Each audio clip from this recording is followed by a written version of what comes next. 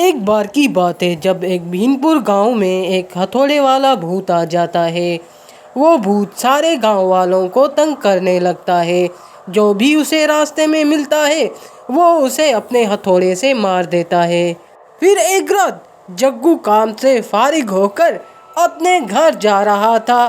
तभी वो एक घने जंगल से गुजरता है तो उसे कुछ डरावनी आवाज़ें सुनाई देती है। मैं तुझे छोड़ूंगा नहीं, तू मरेगा।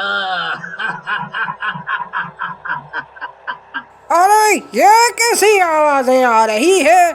ये तो किसी भूत की आवाज़ लग रही है। तभी उसके सामने एक डरावना भूत आ जाता है और उससे कहने लगता है, ए मूर्ख आदमी, तुम लोगों को क्या लगा कि तुम लोग मुझे मारकर बच जाओगे? मैं तुम सब गांव वालों को मार डालूंगा। अरे नहीं नहीं, मुझे माफ कर दो। मैं तो घर जा रहा था, अब अपने बीवी बच्चों से कैसे मिलूंगा? मुझे माफ कर दो। जग्गू की भूत के सामने एक भी नहीं चलने वाली थी।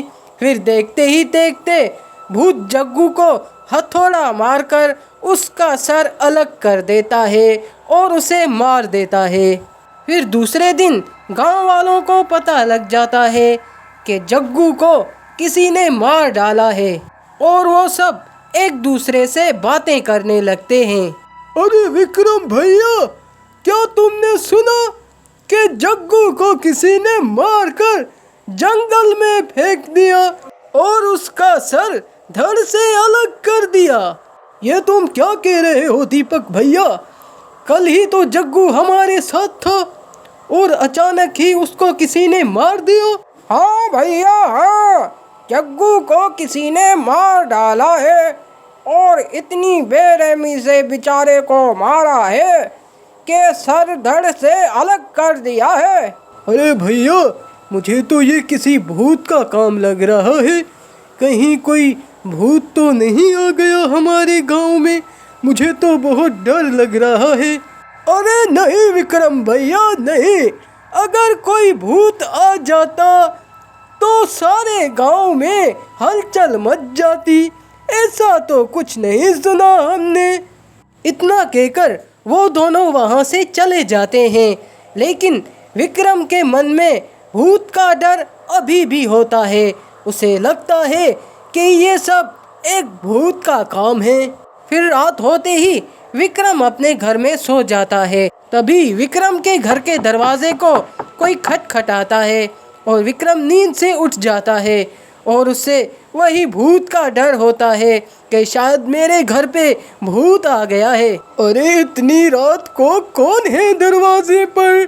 कोई भूत तो नहीं आ गया? देखना पड़ेगा। जैसे ही विक्रम दरवाज़ा खोलता है तो उसके घर के सामने एक हथौड़े वाला भूत खड़ा होता है। अरे बाप रे बाप, ये तो हथौड़े वाला भूत है। बाप रे बाप, मैं तो मर गया। देखते ही देखते हथौड़े वाला भूत विक्रम को सर पे हथौड़ा मारकर उसका सर धड़ से अलग कर देता है और वहां से चला जाता है। फिर सुबह होते ही सारे गांव वाले विक्रम के घर के दरवाजे के सामने खड़े हो जाते हैं और वहां पर विक्रम का लाश पड़ा होता है। वहां विक्रम का दोस्त दीपक भी आ जाता है। ये देखकर दीपक की आंखें फटी की फटी रह जाती हैं और सारे गांव वाले आपस में बातें करने लगते हैं कि ये काम किसका है।